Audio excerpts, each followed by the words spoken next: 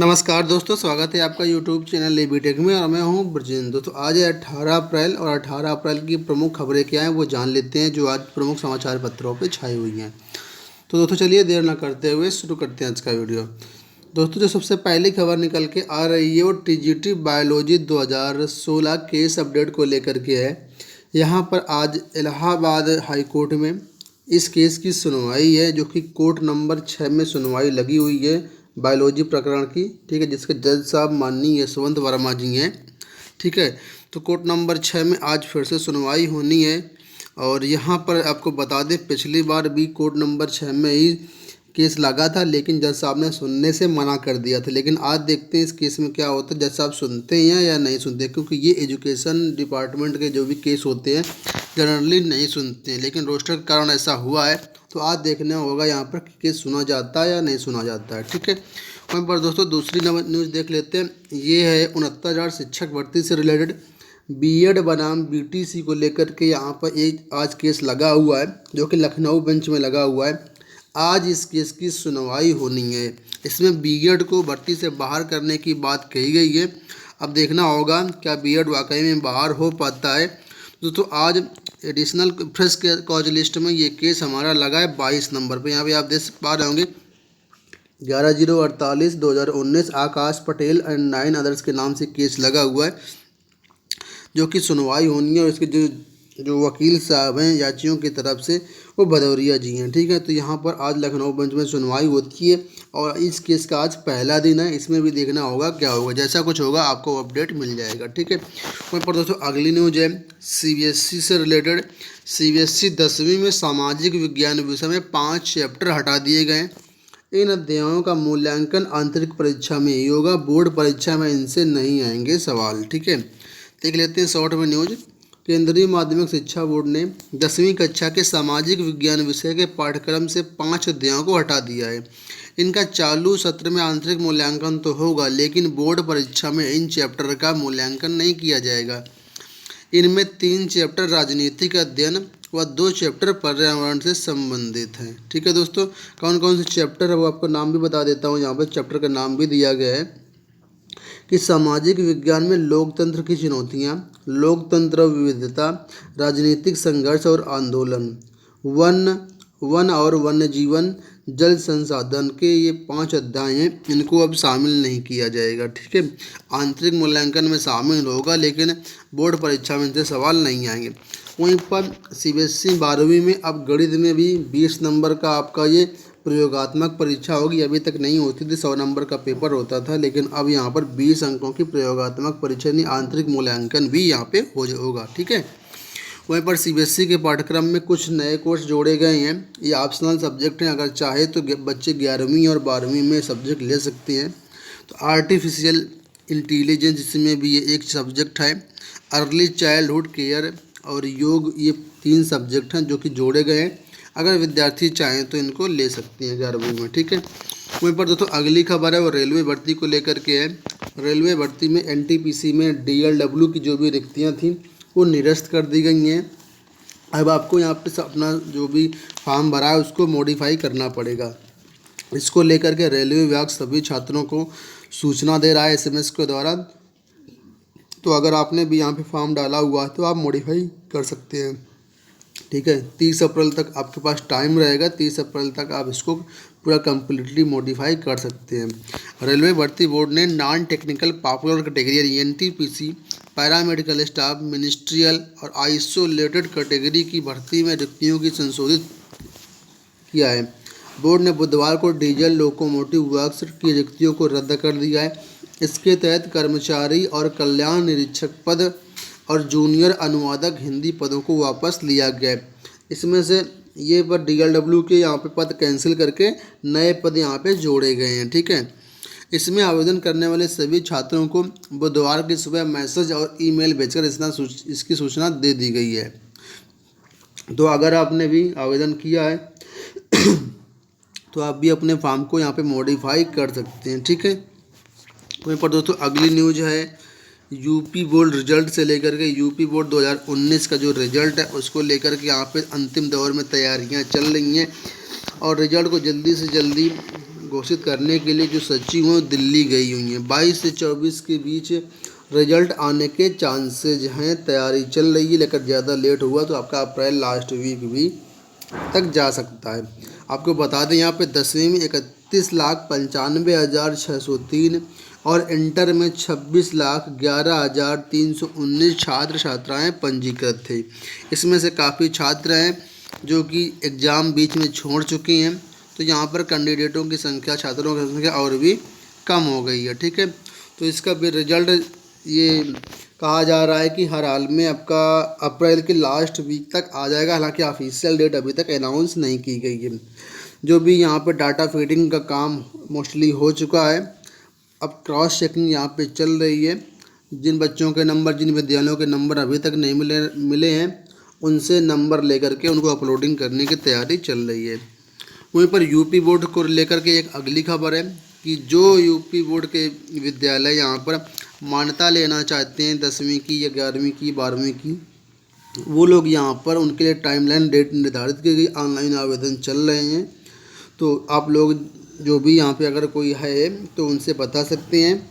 इनका मान्यता की पूरी प्रक्रिया चल रही, वेबसाइट भी दी गई है, upmsp.edu.in पर जाकर के ऑनलाइन आवेदन कर सकता है यहाँ पर जो विद्यालय मान्यता लेना चाहता है। फीस यहाँ पर भी दी गई है, फीस शेड्यूल भी आप दे सकते हैं, उसको ज़्यादा डिटेल से नहीं बताऊंगा मैं, आप लोग जा कर के दैनिक जागरण का पेपर आज देख सकते हैं। ठीक है, वहीं पर दोस्तों अगली न्यूज है अशासकीय महाविद्यालयों से रिलेटेड। अशासकीय महाविद्यालयों को साल के अंत तक मिल सकेंगे प्राचार्य। प्रदेश के अनुदानित महाविद्यालयों में नियमित प्राचार्यों की नियुक्ति होने में अभी लंबा वक्त लगेगा। 290 पदों की मौजूदा भर्ती से चयन प्रक्रिया अगले 4 माह में पूरी हो सकेगी। उत्तर प्रदेश उच्चतर शिक्षा सेवा चयन आयोग UPHESC से आवेदन की समय सीमा करीब 1.25 महीने बढ़ाए दिए जाने की प्रक्रिया में और देरी होने के आसार बढ़ गए हैं। नियमित प्राचार्यों की कमी के चलते सभी अनुदानित विद्यालयों में शिक्षण कार्य जिस तरह से अस्त व्यस्त चल रहा है, उसमें सुधार इस साल के अंत तक ही संभव है। तो यहाँ पर दोस्तों अभी इसमें टाइम लगेगा, साल के अंत तक ही इसमें प्रिंसिपल मिल पाएंगे। ठीक है, यहाँ पे देख पा रहे होंगे 4 माह का समय लगेगा पदों पर चयन प्रक्रिया में। कार्यवाहक प्राचार्यों के भरोसे चल रही 331 महाविद्यालयों में पढ़ाई, इसको लेकर के यहाँ पे एक भर्ती पहले से ही निरस्त हो चुकी है। प्राचार्यों की भर्ती करीब 15 साल बाद हो रही है, क्योंकि 2003 में विज्ञापन संख्या 38 के तहत 138 पदों की भर्ती प्रक्रिया 2007 में अपनाई थी। व्यापक रूप से गड़बड़ी आने पर CS कोर्ट ने इस भर्ती को निरस्त कर दिया था। तो दोस्तों ये जो करंट में भर्ती चल रही है, ये आपका साल के अंत तक में इसमें प्राचार्य मिल पाएंगे। अभी काफ़ी इंतज़ार करना पड़ेगा, पठन पाठन अभी भी प्रभावित होगा यहाँ पर। ठीक है, वहीं पर दोस्तों अगली न्यूज है 68,500 शिक्षक भर्ती को लेकर के। आपको पता होगा 68,500 में पहले 41,000 कुछ शिक्षकों की नियुक्ति हुई थी, लेकिन इस भर्ती में व्यापक गड़बड़ियाँ भी हुई थी। उसके बाद पुनर्मूल्यांकन का आदेश हुआ, पुनर्मूल्यांकन हुआ, उसके बाद फिर से यहाँ पे नए नियुक्त यहाँ पे शिक्षक हुए। ठीक है, तो प्रयागराज की खबर है ये, जो अध्यापक नए नियुक्त हुए हैं 128 अध्यापक थे प्रयागराज में, इनको जल्द से जल्द वेतन देने की प्रक्रिया की बात चल रही है और इनके BSA ने शिक्षकों को वेतन देने का आदेश जारी कर दिया है। और इनके जो भी 118 शिक्षक हैं उनका सत्यापन ऑनलाइन हो चुका है और 10 शिक्षकों का ऑफलाइन सत्यापन हुआ है। इनकी नियुक्ति 5 सितंबर 2018 को हुई थी। तो यहाँ पर इनका वेतन जल्द जारी करने का निर्देश दे दिया गया है। ठीक है, वहीं पर दोस्तों अगली न्यूज है अनुदेशक भर्ती को लेकर के। अनुदेशक के बिना कैसे मिलेगा खेलों को बढ़ावा। दोस्तों आपको पता होगा जो भी उत्तर प्रदेश के जूनियर स्कूल हैं, तो जूनियर स्कूलों में अनुदेशक की नियुक्ति होती है। ठीक है, अब अनुदेशक की जो नियुक्ति होती है उसमें कई तरह के पद हैं, सब्जेक्ट वाइज, जैसे कला शिक्षा के पद हैं, कंप्यूटर के पद हैं, गृह शिल्प के पद हैं, फल संरक्षण के पद हैं, फिजिकल एजुकेशन के पद हैं और भी कई तरह के पद हैं यहाँ पर। तो दोस्तों ये पद तो यहाँ पर कैंसिल हो गए थे, भर्ती नहीं हो पाई थी इनकी, लेकिन यहाँ पर खेलों के लिए जो पद था निर्धारित था, ठीक है, फिजिकल एजुकेशन टीचर जो नियुक्त होते थे वहाँ पर भी इस साल नियुक्ति नहीं हुई थी। लगभग 40,000 या 41,000 भर्ती आई थी वो भी भर्ती नहीं पूरी हो पाए, निरस्त कर दी गई थी। अब यहाँ पर दोस्तों एक प्रॉब्लम और होती है कि ये अनुदेशक वहीं नियुक्त होते हैं जहाँ पर मिनिमम जूनियर स्कूल में 100 छात्र होते हैं। अगर 100 से कम छात्र हैं तो वहाँ पर अनुदेशक की नियुक्ति नहीं होती है। मतलब 100 छात्रों में मिनिमम एक अनुदेशक की नियुक्ति होती है। अब नया शैक्षिक सत्र शुरू हो गया है तो यहाँ पर सरकार की तरफ से पूरा बजट आ गया है। खेल कूद का सामान खरीदने के लिए हर विद्यालय को 10-10 हज़ार रुपये मिले हैं। लेकिन प्रॉब्लम ये है कि जो भी वहाँ के प्रिंसिपल हैं या प्रधानाचार्य हैं तो वो तो यहाँ पर सामान तो खरीद लेंगे, लेकिन वहाँ पर अभी तक टीचर ही नहीं है, फिजिकल एजुकेशन टीचर ही नहीं है। तो यहाँ पर कौन इनको खेल सिखाएगा, कौन खेल इनको खिलाएगा। तो वही खबर छपी हुई है यहाँ पर कि जब यहाँ पर विद्यालयों में अभी तक खेल प्रशिक्षक ही नहीं है तो फिर ये क्या मतलब इसका। तो यहाँ पर बीएससी अधिकारी का क्या कहना हुआ आप देख पा रहे होंगे, जो संसाधन है उसी में खेलों को बढ़ावा दिया जाना है। छोटे बच्चों को टीचर ही खेलकूद सिखाते हैं। संजय कुमार कुशवाहा, बेसिक शिक्षा अधिकारी। तो ये हाल है। यहाँ पर अभी अनुदेशक की नियुक्ति नहीं है, पूरी प्रक्रिया रोक दी गई थी। अब देखना आगे होगा अनुदेशक की नियुक्ति हो पाती है नहीं हो पाती है, कब तक यहाँ पे हो पाती है। ठीक है। वहीं पर दोस्तों अगली न्यूज़ है यहाँ पर पुलिस भर्ती बोर्ड को लेकर के। बोर्ड दफ्तर पर पुलिस भर्ती अभ्यर्थियों का प्रदर्शन। जल्द परीक्षा कराकर परिणाम घोषित करने की मांग को लेकर अभ्यर्थियों ने पुलिस भर्ती बोर्ड दफ्तर का घेराव कर प्रदर्शन किया। जल्द परीक्षा परिणाम घोषित करने की मांग को लेकर अभ्यर्थियों ने मंगलवार को एक बार फिर पुलिस भर्ती बोर्ड दफ्तर का घेराव कर प्रदर्शन किया। अभ्यर्थियों ने भर्ती बोर्ड अध्यक्ष से जल्द परीक्षा कराकर परिणाम घोषित करने की मांग की है। हंगामे की सूचना पर पहुंचे पुलिस अधिकारियों ने उन्हें समझा बुझाकर शांत करा दिया।